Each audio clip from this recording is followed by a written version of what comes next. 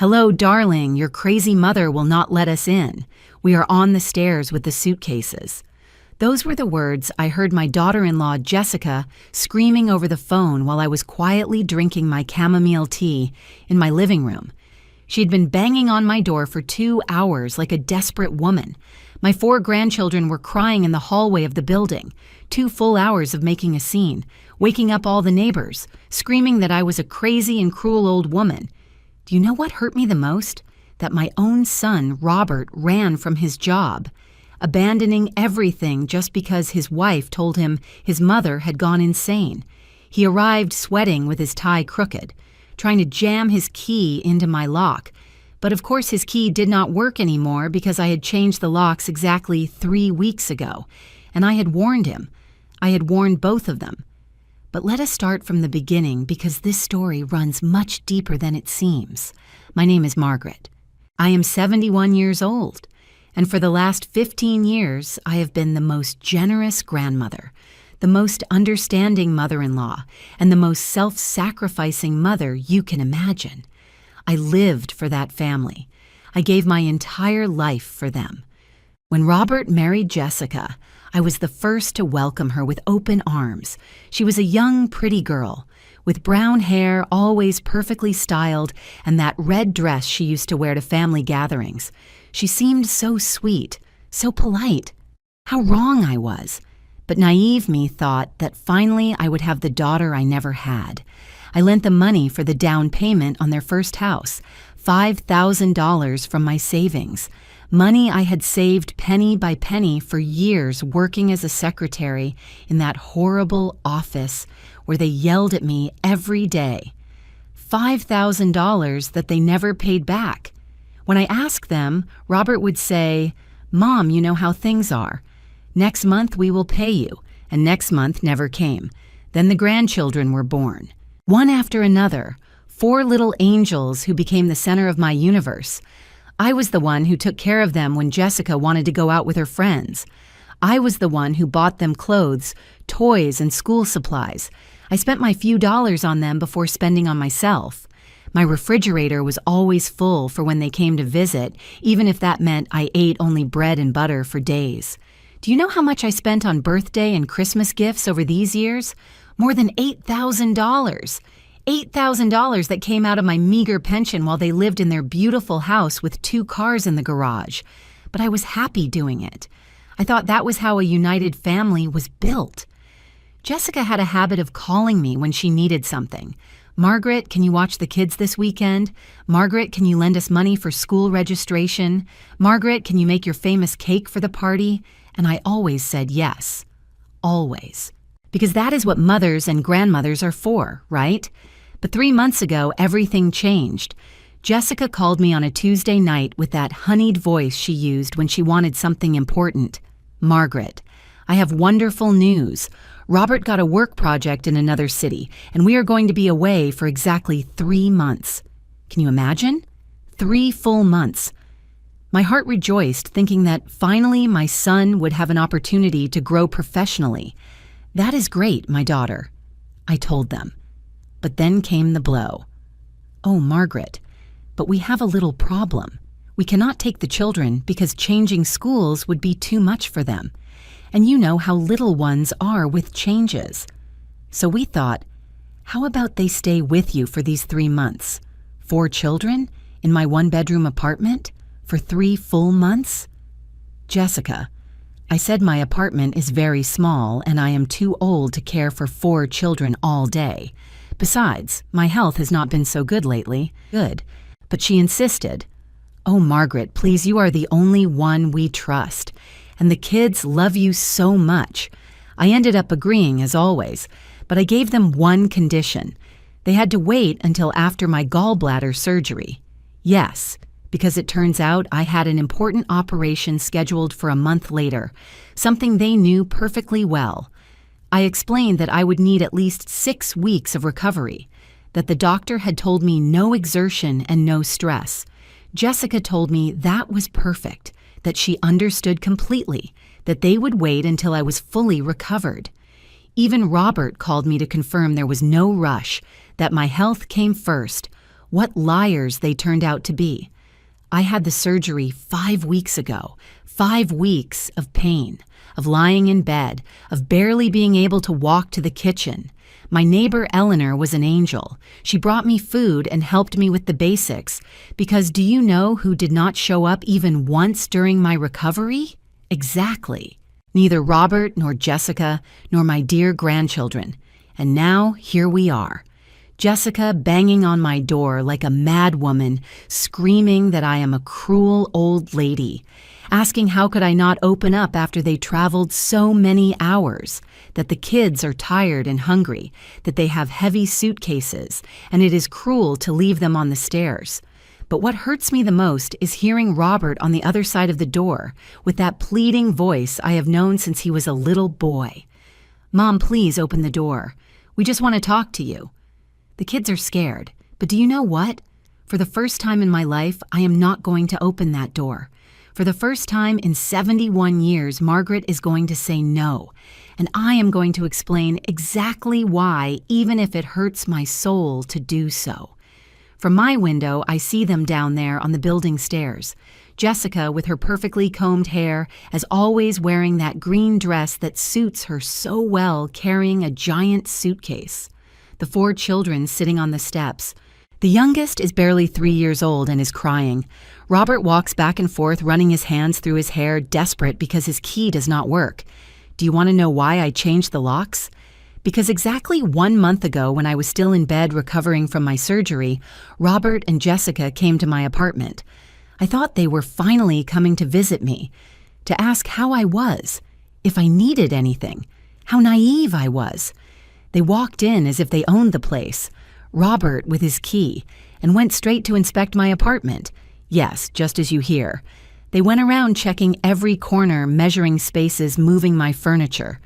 Jessica opened my closets, checked my refrigerator, and even opened the drawers of my dresser. Robert measured the bedrooms with his phone. "What are you doing?" I asked them from my bed still, with the stitches from the surgery hurting me. "Oh, Mom, do not worry," Robert told me. "We are just seeing how to better arrange things when we come with the kids. Jessica needs to know where she is going to put her things." Her things? Was Jessica bringing her things to my apartment? But if it was only for 3 months, why did she need to bring so many things? Jessica explained to me with that fake smile of hers that since they were going to be there so long, she needed to bring her clothes, her beauty products, and some furniture so the kids would be comfortable. Some furniture. It turns out some furniture meant completely replacing my living room, my sofa where I have watched television for 10 years, where I cried when my husband died, where I sewed my grandchildren's clothes. That sofa had to go to the basement because it was not appropriate for children. My dining table, the one my mother gave me 30 years ago, also had to be stored away because it was too delicate. Jessica had made a complete list of everything that had to change in my own house. My own house. The bed in my room had to be moved to the living room because she and Robert would need the master bedroom.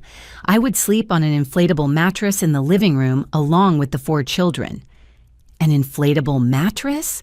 Me at 71 years old with back problems fresh out of surgery was going to sleep on an inflatable mattress in my own living room.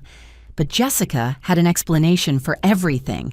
"Margaret, you understand that we need privacy. Besides, at your age, you do not need so much space." That phrase stuck in my heart like a knife. At your age, you do not need so much space. As if because I am older, my comfort, my dignity, and my things were no longer important.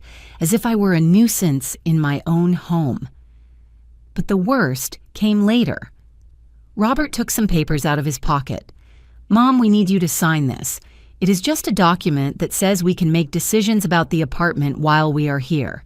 You know, just in case there is an emergency or we need to make some repair. Make decisions about my apartment that I bought with the money from my work, that I paid for over 20 years, where all my memories are. My photos, my late husband's things. They wanted me to give them legal power over my home. I told them no, that I needed time to think about it, that I had just gotten out of the hospital and could not make important decisions. Jessica made that face she makes when she does not get what she wants, like a spoiled child. Oh, Margaret. but we need to get organized. We already bought the tickets. We already arranged everything at Robert's job." "You already bought the tickets? Without asking me if I was already recovered? Without confirming if I still agreed?"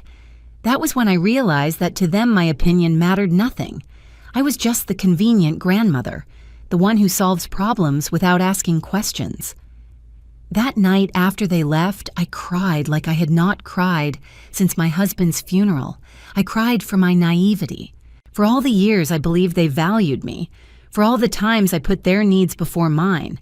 I cried because I realized that for my own son, I was just a free employee. The next day I called the locksmith. I changed all the locks on my apartment. When Robert asked me why I had done it, I told him the truth. Because this is my home and no one is going to enter here without my permission, not even you. He got very angry. He yelled that I was exaggerating, that I was acting like a crazy woman, that they just wanted to help me not be alone. Help me? By taking away my bed, my furniture, my privacy, my dignity? That was help? Jessica was worse.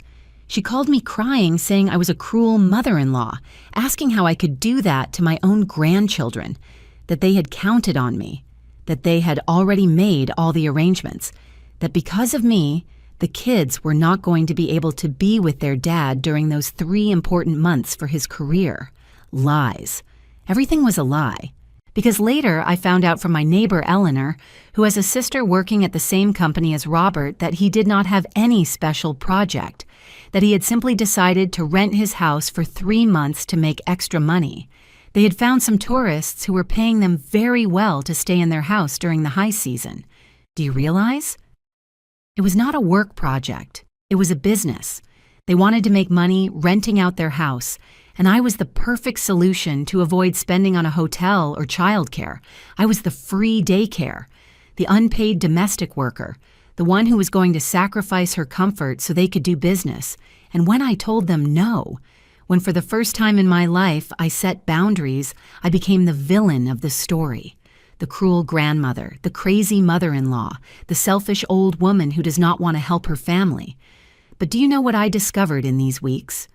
I discovered that it is okay to say no, that it is okay to defend my space, my dignity and my peace, that I am not a bad person for not allowing them to abuse me. Right now they are down there making a scene, waking up the whole neighborhood. Robert keeps trying to insert his old key. Jessica keeps screaming that I am crazy.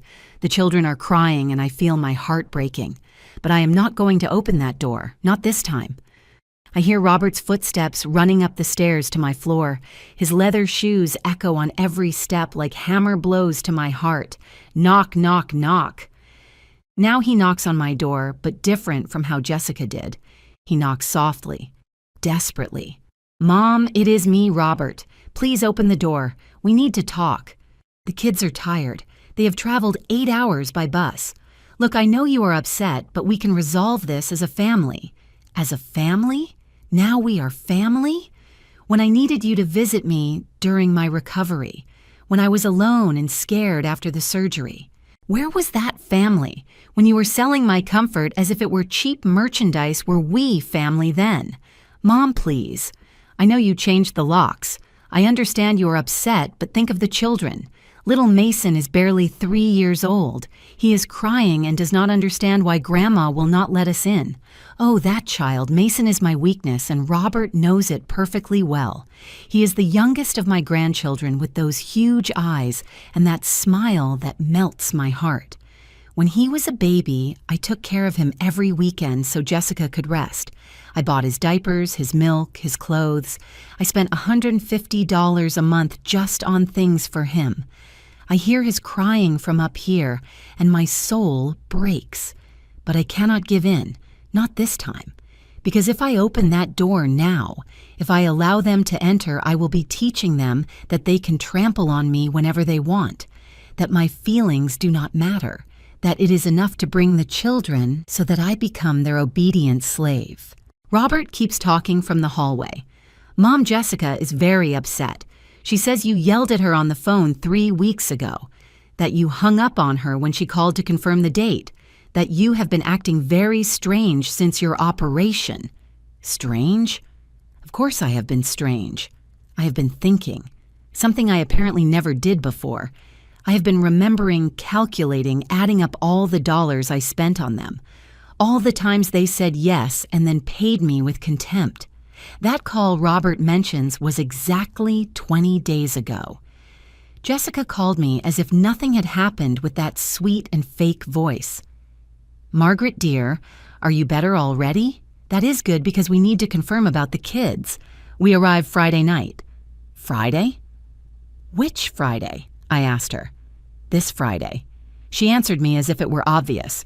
"We already bought the tickets. We already arranged everything. The kids are super excited to spend time with Grandma." I explained that the doctor had told me I needed at least 8 weeks of complete rest, that I was still in a lot of pain, that I could barely carry a shopping bag.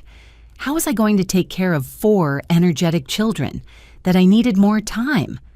"Oh, Margaret, but everything is already arranged. Besides, you are not going to carry them. They are big now. You just need to be there, feed them, bathe them, help them with homework." Simple things. Simple things? Cooking for 6 people 3 times a day is simple. Washing mountains of dirty clothes is simple. Waking up in the early morning when they have nightmares is simple. All that at 71 years old freshly operated on is simple. I told her no. For the first time in 15 years, I said no to my daughter-in-law, that I needed more recovery time, that they should look for another option for now, that maybe in a month or 2 we could talk about the subject again. She became furious. "Margaret, you cannot do this to us. We already paid for the tickets. We already handed our house over to the tenants. What are we going to do with the kids? Are we going to leave them on the street?" They were not going to leave them on the street. Jessica has 2 sisters, a mother, several cousins. Robert has friends, co-workers. There are daycares, nannies, options. But of course, all those options cost money, and I was the free option. When I suggested they look for other alternatives, she screamed at me, "You are their grandmother. It is your obligation to take care of them. You cannot be so selfish. Think of someone other than yourself for once in your life." Selfish me? Me who has spent more than $15,000 on that family in the last few years. Me who stopped buying new clothes to be able to pay for my grandchildren's school uniforms. Me who ate beans all week to be able to take them to eat burgers on Sundays. I hung up the phone. For the first time in my life, I hung up the phone on someone in my family, and it felt liberating. But now Robert is here using the children as an emotional shield. Mom Mason is asking for you. He says he wants to see Grandma Margaret. Chloe and Liam are also confused. They do not understand why they cannot enter your house. Like always. Of course they do not understand. Because to them, I have always been the available grandmother, the one who never says no, the one who has candy in her purse and money for ice cream. No one has ever explained to them that Grandma is also a person with feelings, with needs, with boundaries. Mom, please. I am desperate. I have nowhere to take them tonight. I thought you had already changed your mind. Jessica was sure you were going to receive us when you saw us here with the kids. There is the truth. Jessica was sure. They bet on my emotional weakness. They came without warning, without confirming, because they knew that if they presented me with a done deal, I was not going to have the heart to tell them no. They calculated my love for the grandchildren well, but they underestimated my tiredness of being treated like an object. I peek through the peephole of the door. Robert looks truly desperate. He has dark circles under his eyes. His hair is messy. His tie is crooked. Jessica came up too and is standing next to him, but her expression is different. She does not look desperate, she looks furious. She has that look she gets when things do not go her way. Margaret, it is Jessica. We need to talk seriously. You cannot behave like a spoiled child. You have responsibilities to this family. Responsibilities? What exactly are my responsibilities? Because no one handed me a manual saying I have the obligation to sacrifice my health, my comfort, and my money for decisions others take without consulting me. Look, I know you are upset because we changed some plans, but that is life. One has to adapt. Robert has a very important work opportunity, and you are the only one who can help us. Lie. They keep lying. because I already know the truth about his work opportunity. I already know they are doing business with their house, making $500 a month, renting it to foreign tourists. Money they are going to save while I spend my savings feeding and caring for their children. Margaret, open this door right now. The children are tired, hungry, and scared. If you do not open in 5 minutes, I am going to call the police and tell them an old woman is endangering 4 minors. The police? Is she threatening to call the police on me because I won't open my own house? Because I do not accept being invaded without my consent? Robert tries to calm her down. Jessica, please do not say that. Mom, she does not mean it. We are just desperate. But I know she does mean it. I have known Jessica for 15 years. When she wants something and does not get it the easy way, she uses threats, blackmail, emotional manipulation. And now that I dared to defy her, she's going to bring out all her artillery. From my window, I see a small group of neighbors forming in the courtyard of the building. Mrs. Higgins from the second floor is leaning out on her balcony, watching the whole scene. Mr. Henderson from the first floor came out with his dog and stood there pretending he is not watching anything, but listening to every word Robert and Jessica are screaming. And there is my guardian angel. Eleanor, my neighbor from the apartment next door, comes out of her door and walks directly to where the children are sitting on the stairs. Eleanor's 68 years old. She's a widow like me. And during these weeks of my recovery, she became the sister I never had. What is going on here? She asks Robert with that firm voice she has when something does not seem right to her. The children are crying. They are making a racket in the whole building. Can't you see there are people trying to rest? Robert looks at her with desperation. Eleanor, thank God you appeared. My mom changed the locks and won't let us in. I need you to help me convince her. The kids have nowhere to sleep tonight. Eleanor looks up towards my window and I make a discreet sign to her. She understands immediately. Eleanor is the only person who knows the whole truth about what happened these weeks. She was a witness to my pain, my crying, my despair, when I realized how they were using me. Ah, so you changed the locks, Margaret? She says out loud so everyone hears. How interesting. And why would a lady as gentle as Margaret have done that? Jessica approaches Eleanor with that fake smile she uses when she wants to win someone over. Eleanor, you know her well. You know Margaret sometimes gets a little difficult. Since her operation, she has been very weird, very paranoid. We just want to stay a few months while Robert works. A few months, says Eleanor, raising an eyebrow. And did Margaret agree to that? Because last week she told me a very different story. Robert gets nervous. What story? Mom sometimes exaggerates things. You know how older people are. Older people? Eleanor looks offended. Look, young man, I am also an older person, and I assure you my mind works perfectly well, and Margaret's too. In fact, she told me something very interesting about you too. Jessica turns pale. What? What did she tell you? Eleanor smiles, but it is not a kind smile. It is the smile of someone who is about to drop a bomb. She told me you wanted her to sign papers to give you control of her apartment, that you wanted to take away her furniture, her bed, put her to sleep on an inflatable mattress in the living room. Is that true? Robert tries to explain himself. No, it is not like that. We just wanted to organize ourselves better, make some temporary adjustments so we would all be comfortable. All comfortable, says Eleanor, getting louder. Was Margaret going to be comfortable sleeping on the floor of her own living room? At 71 years old, freshly operated on, was she going to be comfortable?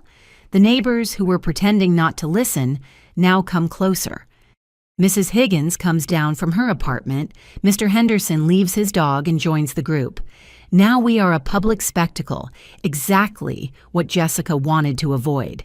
Besides, continues Eleanor, she told me you already rented your house for 3 months, that this is no work project, but a business, that you are going to make $1,500 a month while Margaret spends her savings taking care of your children.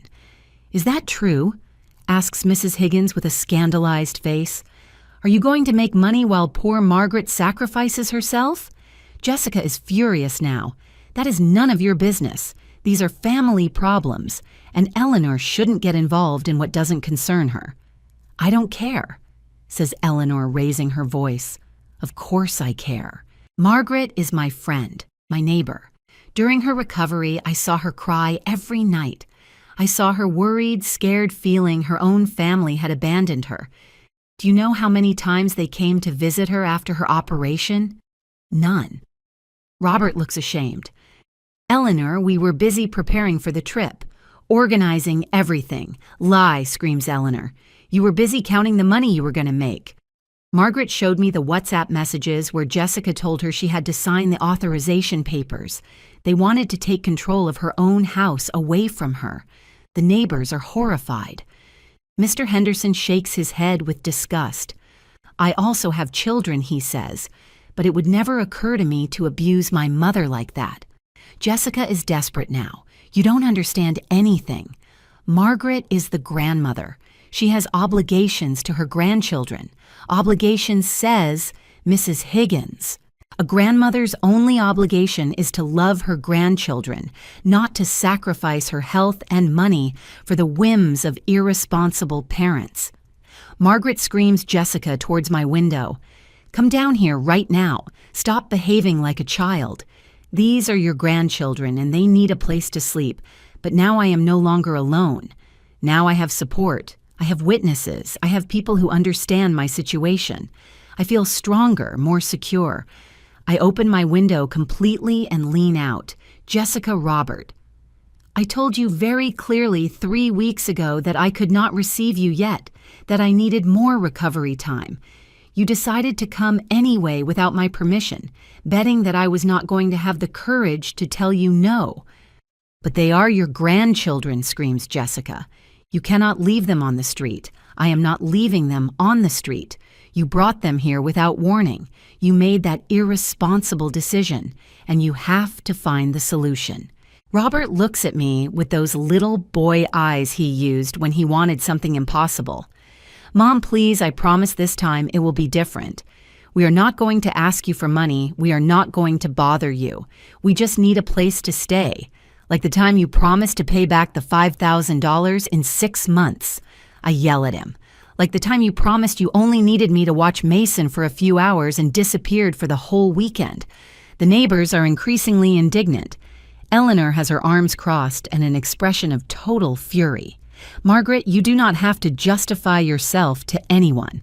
This is your house, and you decide who enters and who does not. Mr. Henderson nods. Absolutely. And if these young people do not understand, that maybe they need us to explain it better. Jessica realizes she is losing the battle of public opinion. She changes strategy and starts crying. Please, Margaret, you do not know how desperate I am. Robert and I really need these 3 months. It is a unique opportunity for us. A unique opportunity to make easy money while I sacrifice myself, I think. But I am not going to fall for her crocodile tears anymore. If you really need these 3 months, find another solution. Rent an apartment, stay in a hotel, ask other relatives for help. But you are not going to solve your problems at the cost of my health and my peace. Robert is desperate now. Mom, what do we have to do for you to forgive us? Tell me what you want and we will do it. What do I want? I want you to respect me. I want you to understand that I am a person, not a free employee.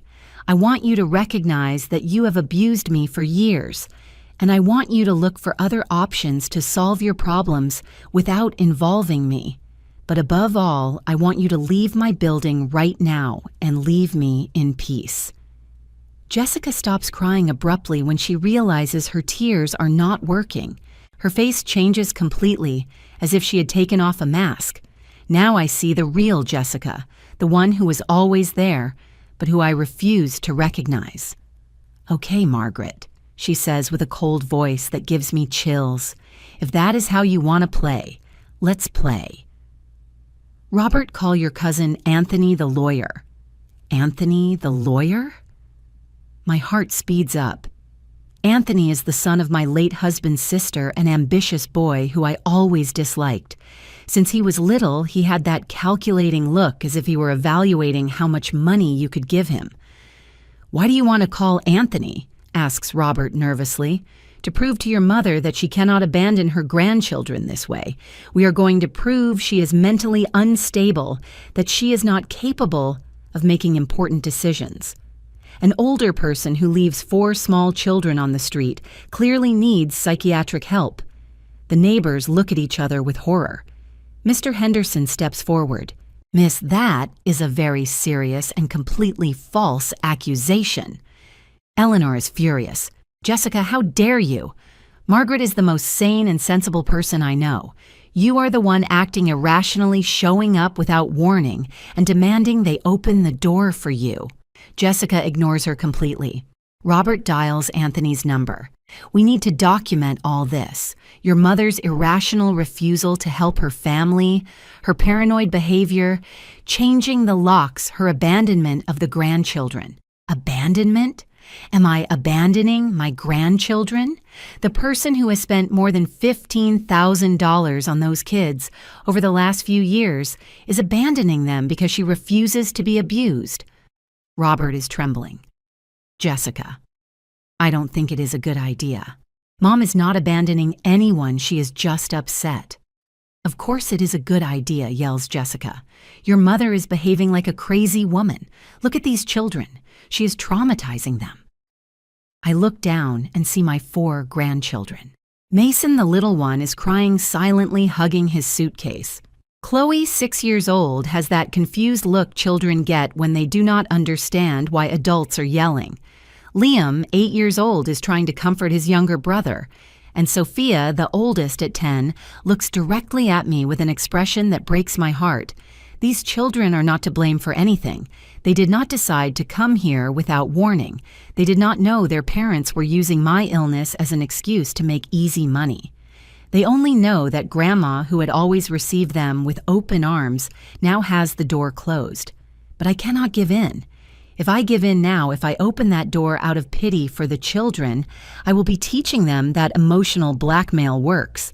I will be telling them it is okay to abuse older people if you use children as a shield.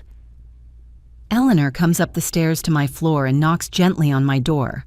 "Margaret, it is me. Are you okay?" "I am okay, Eleanor. Thank you for supporting me." "Do you need me to call someone? The police, maybe?" From below, Jessica screams. "Yes, call the police. Let them come see how an old woman is endangering 4 minors." Robert finally finds the courage to contradict his wife. "Jessica, enough already. We are not going to call the police on my mother. Oh, no. Then what do you propose? That we stay here all night on the stairs? That the children sleep on the building floor?" "I propose we look for a hotel," Robert yells finally. "I propose we accept that Mom has the right to say no. I propose we stop behaving as if she owed us something." I lose my breath. Did Robert really just defend me? Is my son finally seeing what his wife has been doing to his mother for all these years? Jessica looks at him as if he had slapped her. "A hotel? With what money are we going to pay for a hotel for 3 months? Are you crazy? With the money you are going to make renting your house," says Eleanor from my door. $1,500 a month. Isn't that right? Jessica turns red with fury. That is not enough. After paying taxes and commissions, we are left with barely $1,000 a month. We cannot pay for hotel and food and childcare with that. There is the truth. Finally, she admits this is a business, that all this drama is because the deal is not profitable if they have to pay their own expenses. Mr. Henderson laughs bitterly. "Then maybe you shouldn't have made this business deal if you couldn't afford the consequences." Mrs. Higgins nods. "Exactly. No one forced you to rent your house. It was your decision, and decisions have consequences. Jessica is losing control completely. You don't understand anything. Margaret has a moral obligation to help her family. Grandparents exist for that. For that, I yell from my window. Grandparents exist to be exploited, to sacrifice our health and our money so you can do business. Is that my only function in this family? Yes, screams Jessica without thinking. Exactly for that. The silence that follows is deafening. Even the children stop crying. The neighbors look at her horrified. Robert covers his face with his hands. Jessica realizes what she just said, but it is already too late. The words are there, floating in the air like a full confession of what she really thinks of me. Eleanor speaks with a very calm voice, but full of indignation. Margaret, did you hear that? Did you hear what she really thinks of you? I heard it. And I think everyone heard it. Mr. Henderson shakes his head in disgust. Mrs. Jessica, you just demonstrated exactly why Mrs. Margaret is right not to open her door to you. Mrs. Higgins is indignant. What a shame. Speaking like that to the grandmother of your children. My mother would be rolling in her grave if any of us had spoken to her like that. Robert finally lifts his head. Jessica, how could you say that? How could you speak to my mother like that? I told the truth. Jessica yells. The truth everyone knows, but no one dares to say. Grandmothers are there to take care of grandchildren and help their children. That is what they were had for. That is what they were had for. As if I had been a breeding machine whose only purpose was to serve future generations. As if my feelings, my needs, my dignity mattered nothing. Robert is crying now. Mom, I don't think that. Please believe me that I don't think that. I know, Robert, I know you don't think that. But you have allowed your wife to treat me as if she thought that. You have allowed her to use me as a free employee for 15 years. Jessica is furious because she realizes she is losing Robert too. Robert, do not take her side. We are your wife and children. We are your priority. Robert looks at her with an expression I had never seen on him. Jessica, my mother, is also my family. And you just admitted you see her as an object to use when it suits us. Exactly, says Eleanor. And Margaret has every right to protect herself from that abuse. The children are watching all this. They are watching how their mother screams that their grandmother only exists to serve them. They are learning that older people do not deserve respect, that family is something used when convenient. And for the first time in my life, I do not feel guilty for defending myself. Suddenly, I hear fast footsteps coming up the stairs. A male voice I recognize immediately. Anthony. Robert really called him. My heart speeds up because I know Anthony is not coming as a concerned relative. He comes as a lawyer with very clear intentions. Where is the emergency? Asks Anthony, arriving at the second floor with his briefcase in hand and that fake smile that has always given me chills. Ah, Aunt Margaret, what is going on here? Aunt Margaret. He hasn't called me in 100 years, only when he wants something. The last time was 2 years ago when he asked me to lend him $3,000 for a business that never prospered. Money that, of course, he never paid back. Jessica approaches him immediately. Anthony, thanks for coming so fast. We need your professional help. Margaret is acting irrationally, putting the children in danger. Eleanor goes down the stairs and plants herself in front of Anthony. And you? I am Anthony Rivera, lawyer and relative of Mrs. Margaret. May I ask who you are? I am Eleanor, neighbor and friend of Margaret, and witness to everything that has been happening here. Anthony takes a notebook out of his briefcase. Perfect. Then you can testify about my aunt's erratic behavior. Have you noticed changes in her personality lately? Episodes of confusion, paranoia, aggression? Eleanor laughs, but it is not a happy laugh. Erratic behavior? The only erratic thing I have seen is a 71-year-old lady defending her dignity against a family that wants to abuse her. Anthony ignores her response and addresses Robert. Cousin, explain to me exactly what is happening. Why won't your mother allow you into her house? Robert looks uncomfortable. Anthony, maybe this is not necessary. Mom has her reasons to be upset. Her reasons? Jessica interrupts immediately. Her reasons are that she has gone crazy. She changed the locks without warning. She is leaving us on the street with 4 small children. Anthony writes something in his notebook. Interesting. Sudden change of locks. Refusal to allow entry to direct relatives. Lack of consideration for the welfare of minors.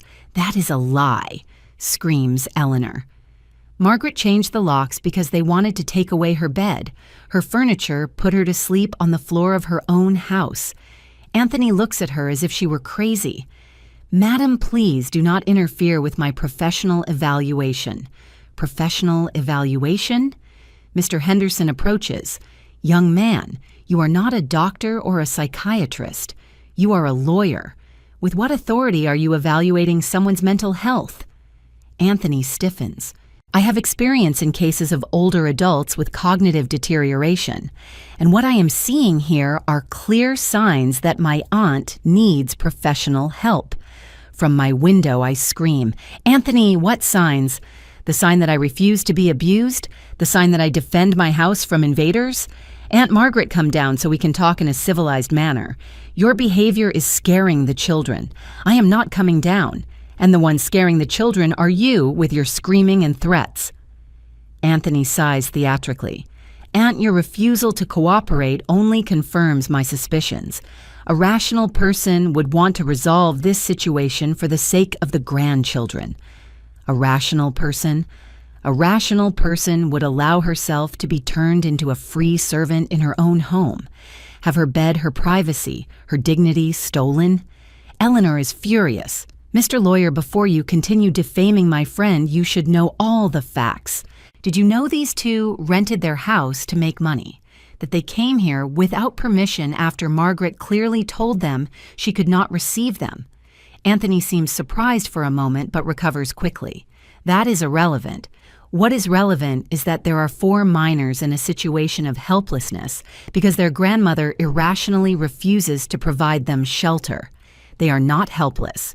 I yell, they have parents who made irresponsible decisions and now want me to pay the consequences. Mrs. Higgins nods vigorously. Exactly. The children have parents perfectly capable of finding them a hotel. Anthony looks at her with disdain. Madam, please, we are talking about a serious legal matter. We do not need the opinion of what? Mr. Henderson looks offended. The opinion of respectable neighbors who know the situation better than you? Anthony is realizing he does not have the support he expected. He changes tactics. Aunt Margaret, be reasonable. We just want what is best for you. If you are going through a difficult emotional moment, there are professionals who can help you. Professionals? You mean the doctors who are going to declare I am crazy so you can seize my apartment? No one wants to seize your apartment, Aunt. We just want to make sure you are making sensible decisions. Eleanor laughs bitterly. What a coincidence that they want to make sure of that just now that Margaret refused to be their free employee. Anthony is getting nervous. Madam, I ask you not to interfere with... I interfere wherever I please, screams Eleanor. This is my house, too, and I am not going to allow you to abuse my friend. Robert finally speaks with a tired voice. Anthony. I think this was a mistake. My mom is not crazy. She is just hurt. And she is right to be. Jessica glares at him. Robert, you cannot take her side now. I am not taking anyone's side. I am recognizing that we have treated my mother badly. Anthony sees he is losing control of the situation. Robert, think carefully.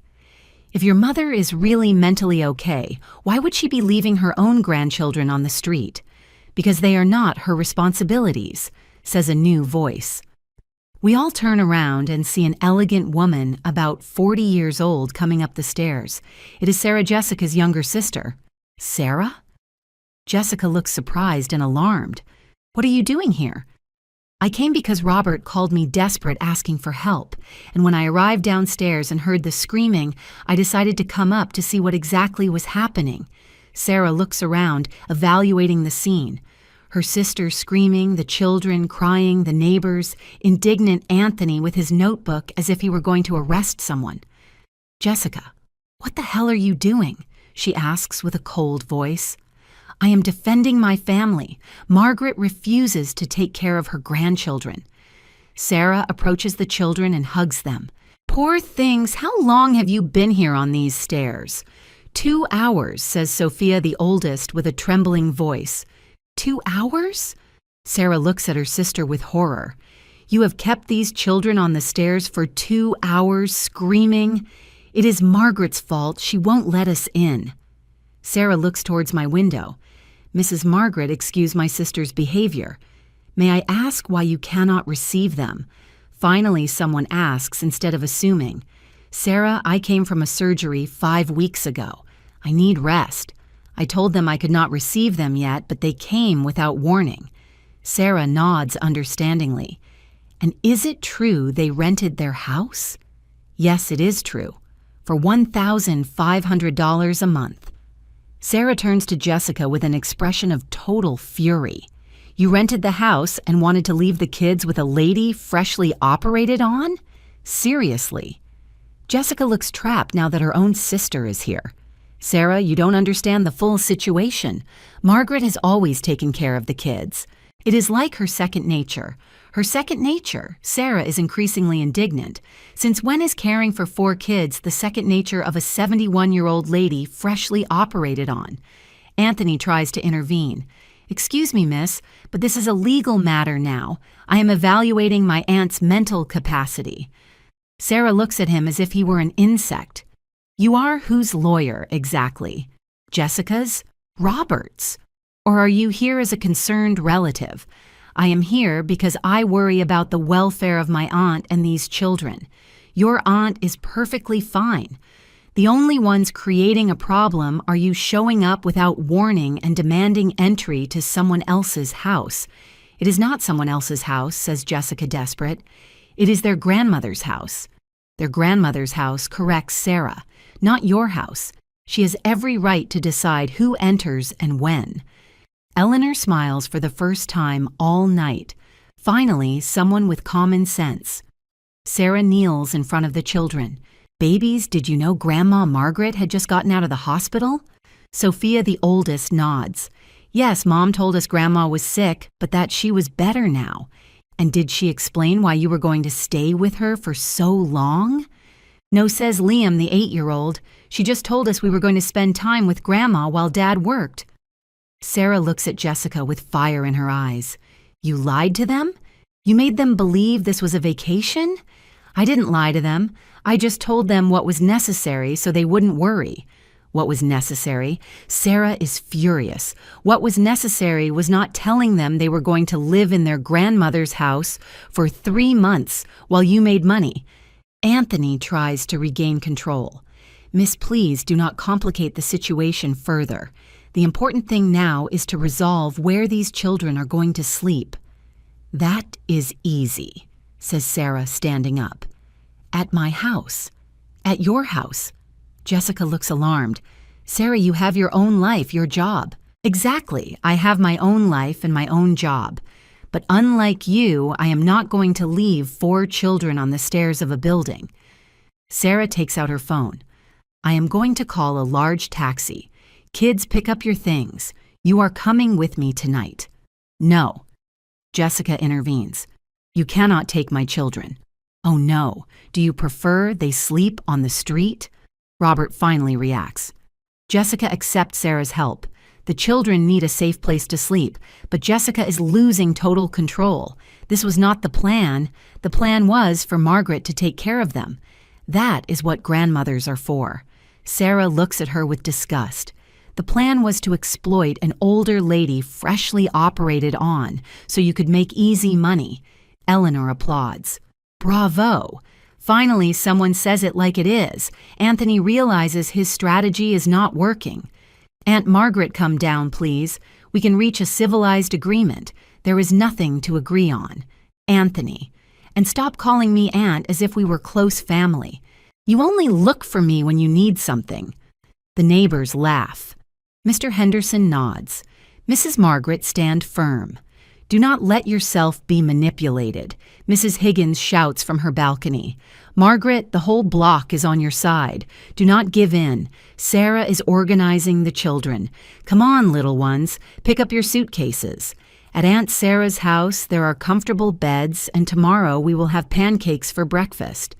The children, tired of the drama, start picking up their things obediently. But Mason, the smallest, breaks loose from Sarah's hand and runs toward the stairs. Grandma Margaret, Grandma Margaret. He yells with his little voice, "I want to see Grandma." My heart breaks.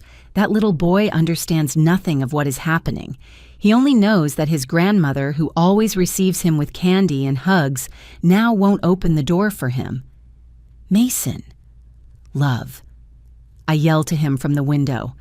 "Grandma loves you very much, but she cannot receive you right now. Aunt Sarah is going to take very good care of you. Why can't you, Grandma?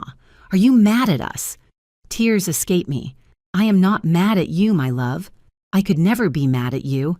Grandma just needs to rest a little more." Sarah takes Mason in her arms. "Little one, Grandma Margaret was very sick. The doctors said she needs lots of rest to get better. Like when I had the flu and couldn't go to the park. Exactly like when you had the flu. Sometimes we need time to heal. Jessica is desperate seeing she is losing the children too. Sarah, you cannot take them. They are my children. And you are their mother," says Sarah firmly. "That is why it is your responsibility to find them a safe place to sleep, not leave them crying on some stairs." The taxi arrives and honks. Sarah carries Mason and takes Chloe's hand. "Robert, help me with the suitcases." Robert obeys in silence. He looks ashamed, defeated. When he is loading the suitcases into the taxi, he looks up at me. "Mom, forgive me. You are right about everything. I didn't know how badly we have treated you. I know, Robert, but knowing is not enough. I need you to change things. I will. I promise you, I will." Jessica approaches the taxi desperate. "Robert, we cannot stay at my sister's house. We have to find another solution. The solution was respecting my mother's decision from the beginning," says Robert with a tired voice. "But you preferred to bet on her kindness." Anthony puts away his notebook, frustrated. "Aunt Margaret, this does not end here. I am going to be watching your welfare." Anthony says Eleanor with a threatening voice, "If you bother Margaret again with false legal threats, I myself am going to call the Bar Association to report you for abuse." Anthony leaves without saying more. Jessica gets into the taxi crying, but they are no longer tears of manipulation. They are tears of rage because her plan failed completely. Before the taxi leaves, Sophia rolls down the window. "Grandma Margaret, I love you. Get better soon. I love you too, my girl. Behave well with Aunt Sarah." The taxi pulls away, and finally there is silence in my building. The neighbors start to disperse, but first they approach my window. "Margaret." "You did the right thing," says Mr. Henderson. "Do not let anyone make you feel guilty." Mrs. Higgins nods. "You are a very brave woman. Not many people our age dare to defend themselves like that." Eleanor comes up to my floor and knocks on the door softly. "Margaret, can I come in? I think you need company after all this." For the first time all night, I open my door. Eleanor enters my apartment and immediately hugs me. I cry like I hadn't cried in years, but they are not tears of sadness. They are tears of liberation, of relief, of having finally found the courage to defend myself. "Margaret, I am so proud of you," she tells me while pouring me a chamomile tea. It was the bravest thing I have seen in my life. I sit on my sofa in my living room surrounded by my things, and for the first time in weeks I feel truly at peace. There are no suitcases piled in the corners. There are no toys scattered all over the floor. There are no screams of children running down the hallways.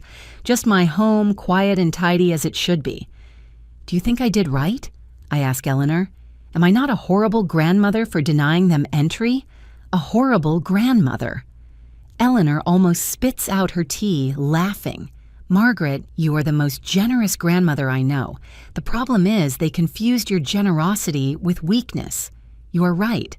For 15 years, I confused love with submission.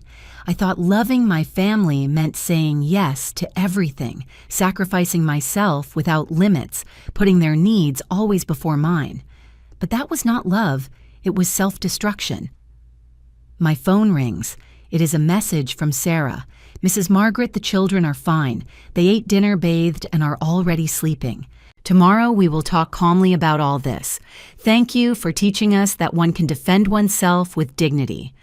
I show the message to Eleanor and we both smile. Sarah turned out to be the angel I did not expect, the sensible person in the middle of chaos. Another notification on my phone. This time it is Robert. Mom, I am in a hotel near Sarah's house. Jessica is furious with me. She says I am a traitor for not supporting her. But you were right about everything. I ask your forgiveness for all these years. Tomorrow I want to go talk to you, just me, so you can explain to me how to fix this. I show it to Eleanor too. She nods approvingly. At least your son is starting to wake up. Although it was about time. Another 20 minutes pass in comfortable silence. Eleanor helps me pick up the few dirty dishes I have, make sure all the windows are closed tight, checks that the door has all locks engaged. You know what gives me the most satisfaction of all this, I tell her, while we prepare to sleep? That for the first time in my life, I do not feel guilty for setting boundaries. That is the key, Margaret. Boundaries are not walls to hurt others. They are fences to protect ourselves. The next morning, I wake up and for the first time in weeks, my back does not hurt. There is no noise of children running, no television at full volume, no screams asking for breakfast. Only the golden silence of my peaceful home. I make my tea calmly without rush. I sit at my dining table, the table my mother gave me, and eat breakfast looking out the window. The day is beautiful, sunny, full of possibilities. My phone rings. It is Robert. Mom, can I go talk to you? Just me without Jessica, without kids. I need to understand many things. I answer yes, but it will be at the coffee shop on the corner on neutral ground. I am not ready for him to enter my house again. I still need to protect my space. An hour later, I am sitting in front of my son in the coffee shop where I have come for years.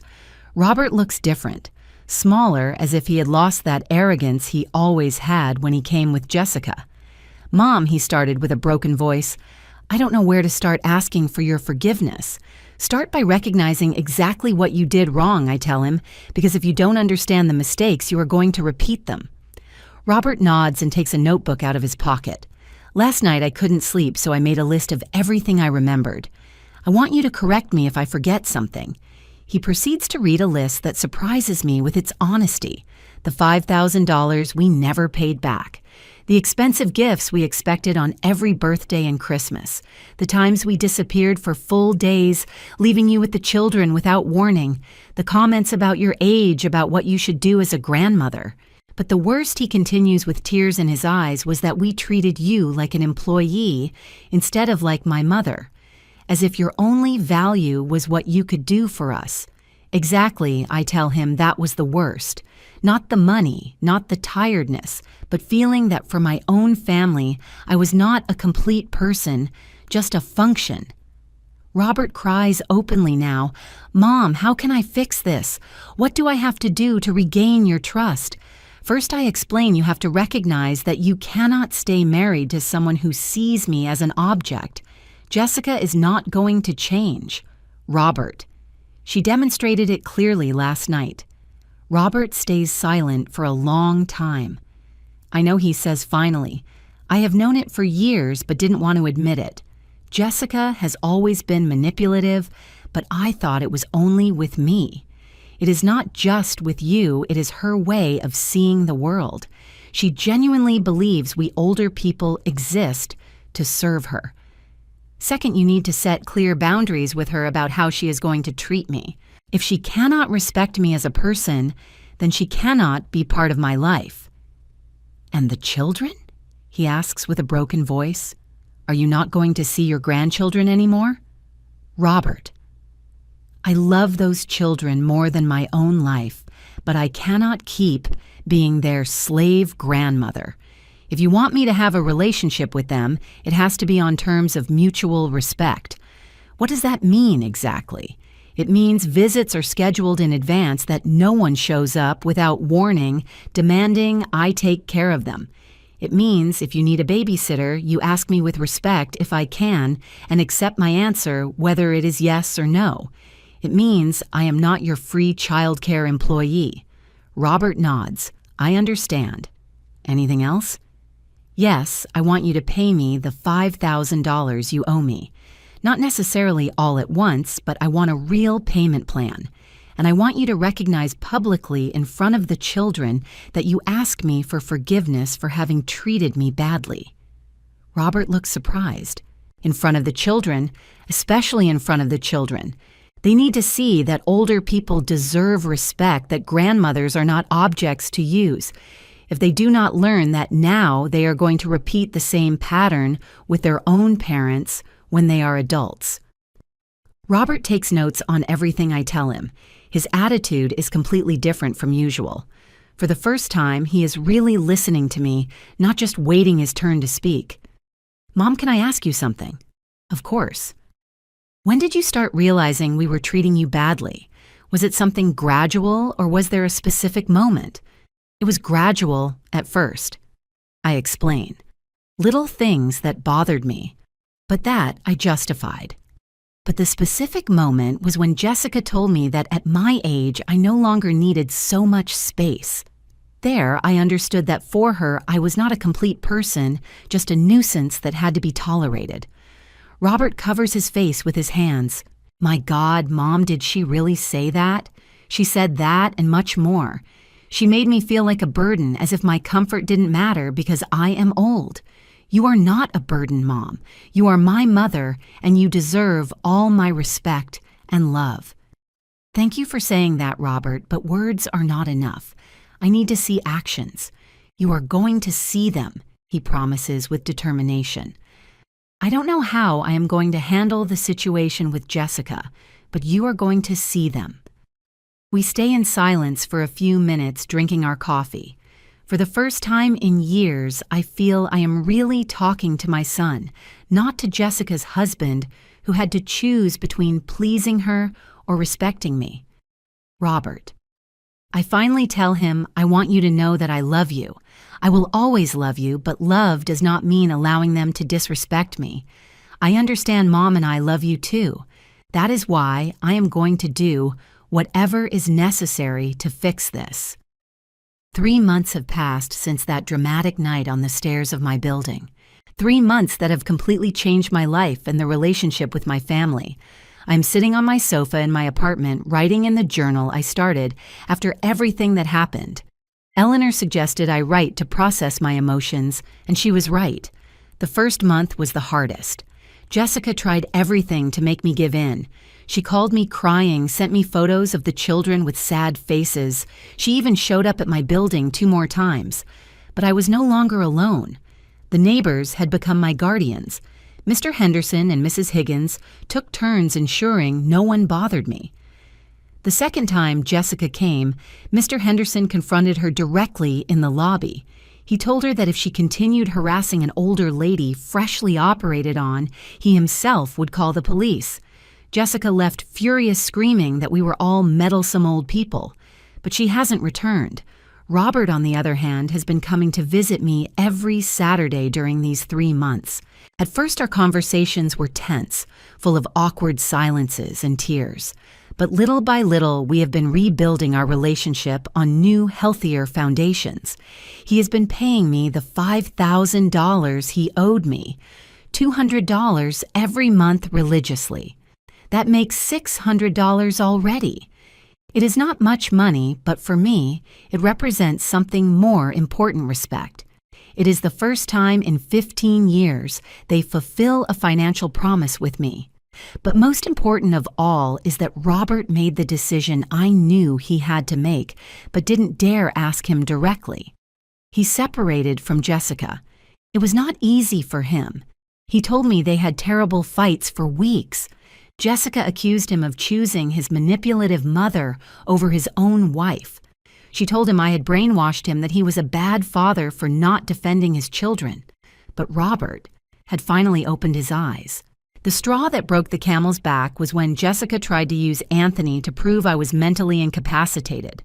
Turns out she had been feeding him false information, telling him I talked to myself, that I left the stove on, that I forgot important things. All lies, of course, but Anthony was building a case to declare me incompetent. Robert discovered Jessica's plans when he found emails between her and Anthony. There he realized the level of manipulation and cruelty of his wife. She didn't just want to use my house, she wanted to take it away from me completely. That revelation was the end of their marriage. Now Robert lives in a small apartment near Sarah's house, where the children stayed temporarily. He is in the process of divorce and fighting for joint custody. He tells me it is the hardest decision he has made in his life, but also the most correct. And my grandchildren. Oh, my grandchildren. I miss them so much it physically hurt. But Robert kept his promise. A month ago, he brought me to visit them one by one to explain what had happened. Sophia, the oldest, was the first. At 10 years old, she is very smart and understood immediately. Grandma Margaret, she told me, Mom always said you had to do whatever she wanted because you were our grandmother. But you are also a person, right? Yes, my love, I am also a person with feelings.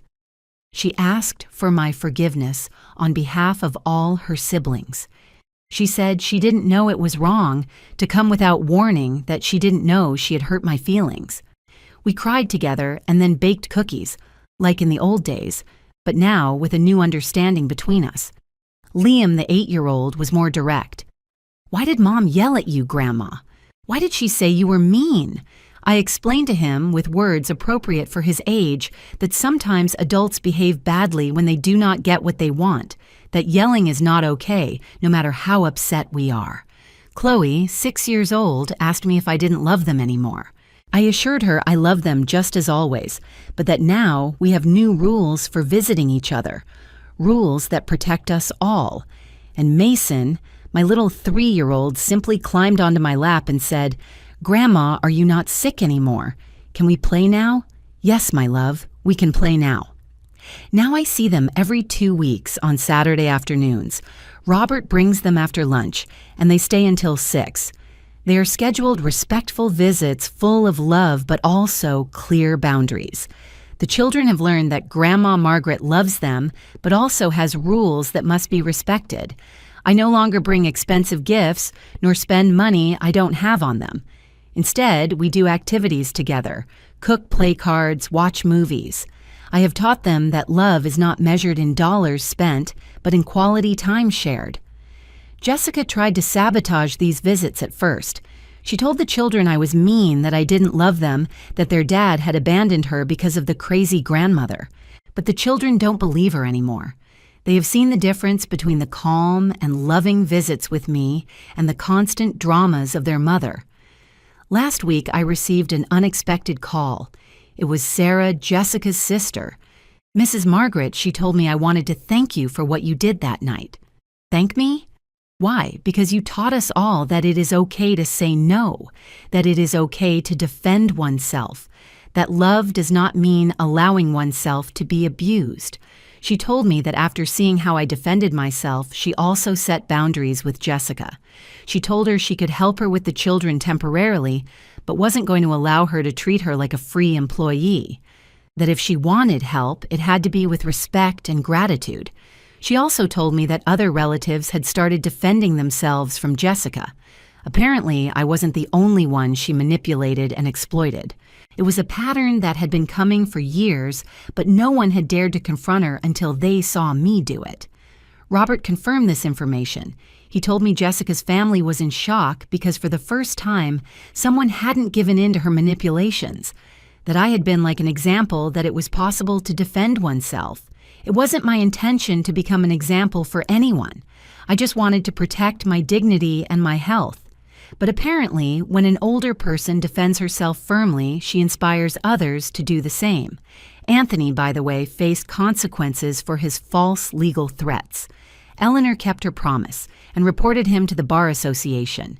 He was officially reprimanded for attempting to intimidate an older person with unfounded legal procedures. He doesn't dare even greet me when we meet on the street anymore. Now, 3 months later, I can honestly say I am happier than I have been in years. My apartment is my sanctuary again. I have quiet routines no one interrupts. I read books. I watch my favorite shows. I cook for myself without rushing. Eleanor and I have become best friends. We drink tea together every afternoon. We share books. We go to the market on Wednesdays. I have a rich social life that does not depend on being anyone's helpful grandmother. My neighbors treat me with new respect. Mr. Henderson tells me I am the bravest woman he knows. Mrs. Higgins tells me her own family problems and asks for advice. I have become, without wanting to, a sort of counselor for older people who are being abused by their families. And my finances. For the first time in years, my finances are stable. I don't spend fortunes on unnecessary gifts. I don't lend money they won't pay back. I don't pay expenses for others. With the pension I receive and Robert's monthly payments, I can live comfortably without financial stress. But most important of all is that I have recovered my dignity. I no longer feel like an employee in my own life. I no longer accept disrespect for fear of losing my family's love. I have learned that true love does not require abusive sacrifices. This morning, Robert brought me a letter from Sophia, my oldest granddaughter. It says, "Dear Grandma Margaret, thanks for teaching us that grandmothers are also important people. When I grow up, I am going to treat my grandmother like you deserve to be treated. I love you very much. Sophia." I cried when I read that letter. I cried because I realized my decision to defend myself not only saved me, it also taught my grandchildren an invaluable lesson about respect and dignity. The sun is coming through my window, illuminating my quiet and tidy living room. In a few hours, Robert will come with the kids for our weekly visit. We're going to make popcorn and watch a movie together. It is going to be a perfect afternoon full of love, but also mutual respect. And for the first time in my life, I do not feel guilty for being happy on my own terms. I am Margaret. I am 71 years old, and I finally learned that it is okay to say no, that it is okay to set boundaries, that it is okay to defend oneself, and that it is never, never too late to start respecting oneself.